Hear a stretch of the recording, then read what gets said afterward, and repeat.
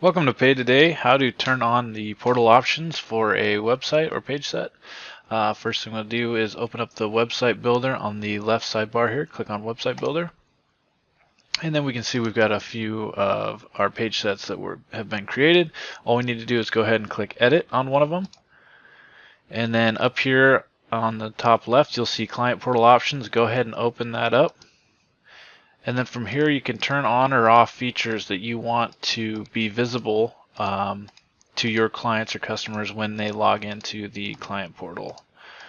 So any of these, just turn them on or off. If you don't have, if you're not selling courses, you probably don't want that one on.